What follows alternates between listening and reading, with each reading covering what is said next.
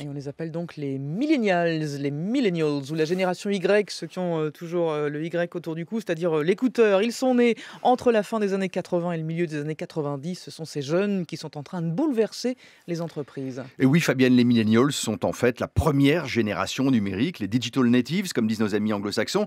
Ils sont nés, ils ont grandi avec la révolution numérique et ces technologies ne sont pas seulement des outils pour eux, c'est bien plus que ça, c'est une culture, un mode de vie.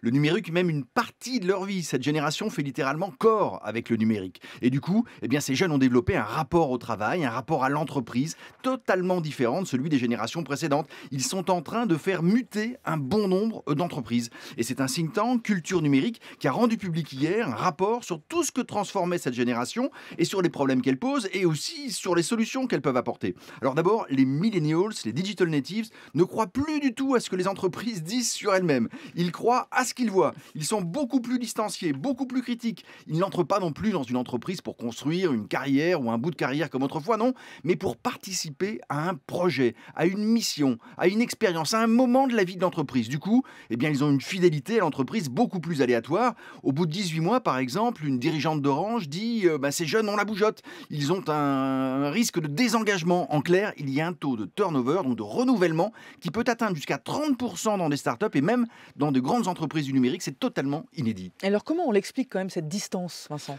D'abord, les décennies de crise et de galères multiples qu'ont vécu souvent leurs parents peuvent expliquer cette distance. Et puis, au-delà, le sentiment de participer à un tournant, à une révolution technologique leur a donné des ailes.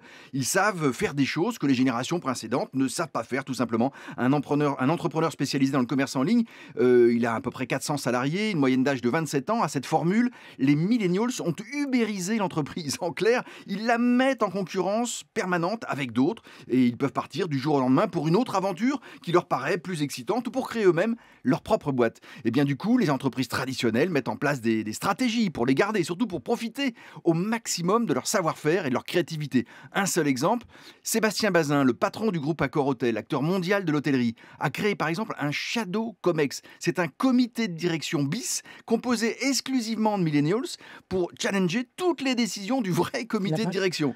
ils doivent aimer. Et voilà, tout à fait. Eh bien, ces jeunes, ils ont eu accès aux mêmes informations dans l'entreprise et en 8 mois, ils ont déjà amendé, transformé une série de projets de la direction dans un secteur où les mutations sont extrêmement rapides. Alors s'il fallait quand même donner quelques conseils pour manager cette génération. Alors, le think tank Culture Numérique, donc créé par le groupe de communication d'Ensu Aegis, en donne plusieurs. D'abord, aplanir les hiérarchies qui n'impressionnent absolument pas cette génération. Leur donner un maximum d'autonomie, fonctionner en mode projet, fonctionner à l'empathie plus qu'à l'autorité, leur proposer des parcours individuels, être beaucoup plus transparent et leur faire des retours réguliers, enterrer une bonne fois pour toutes les entretiens annuels d'évaluation. Tout ça paraît facile à dire, mais croyez-moi, c'est un sacré défi pour les directions d'entreprise.